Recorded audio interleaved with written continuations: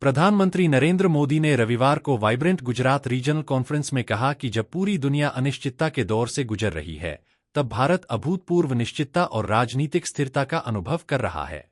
उन्होंने कहा कि वैश्विक परिस्थितियों के बीच भारत से दुनिया की उम्मीदें लगातार बढ़ रही हैं।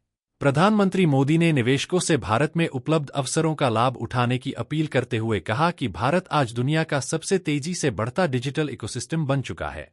यूपीआई दुनिया का अग्रणी real time digital transaction platform बन गया है और भारत विश्व का सबसे बड़ा मोबाइल डेटा उपभोक्ता देश है। प्रधानमंत्री ने कहा कि भारत विश्व की सबसे तेजी से बढ़ती बड़ी अर्थव्यवस्था है और तीसरी सबसे बड़ी अर्थव्यवस्था बनने की दिशा में तेजी से आगे बढ़ रहा है। स्थिर नीतिगत ढांचा, मजबूत शासन व्यवस्था और विकासोन्मुखी माहौल भारत को निवेश के लिए एक आकर्षक गंतव्य बना रहे हैं। उन्होंने कहा कि भारत का विकास रिफॉर्म, परफॉर्म और ट्रांसफॉर्म के मंत्र पर आधारित है। अंतर्राष्ट्रीय संस्थाएं भी भारत की आर्थिक स्थिरता और विकास क्षमता को स्वीकार कर रही हैं। प्रधानमंत्री ने कहा कि अंतर्राष्ट्रीय मुद्रा कोष (IMF) भारत को वैश्विक विकास का इंजन बता रहा है। इससे पहले सोमनाथ स्वाभिमान पर्व के अवसर पर प्रधानमंत्री नरेंद्र मोदी ने देश और दुनिया के श्रद्धालुओं को शुभकामनाएं दीं। उन्होंने कहा कि यह एक ऐतिहासिक संयोग है कि सोमनाथ मंदिर की स्वाभिमान यात्रा के 1000 वर्ष और 1951 में हुए इसके पुनर्निर्माण के 75 वर्ष पूरे हो रहे हैं। प्रधानमंत्री ने कहा कि इस आयोजन में गर्व, गरिमा और गौरव का भाव समाहित है। प्रधानमंत्री मोदी ने कहा कि 1026 ईस्वी में महमूद गजनी द्वारा सोमनाथ मंदिर पर किए गए आक्रमण का सच्चा इतिहास लंबे समय तक छिपाया गया।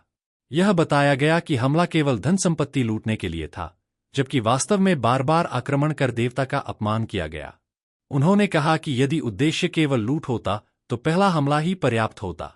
प्रधानमंत्री ने चेतावनी देते हुए कहा कि आज तलवारों की जगह देश के खिलाफ दूसरे कुत्सित तरीकों से षड्यंत्र रचे जा रहे हैं। ऐसे में देश को सतर्क रहने, आत्मनिर्भर बनने और एकजुट रहने की आवश्यकता है।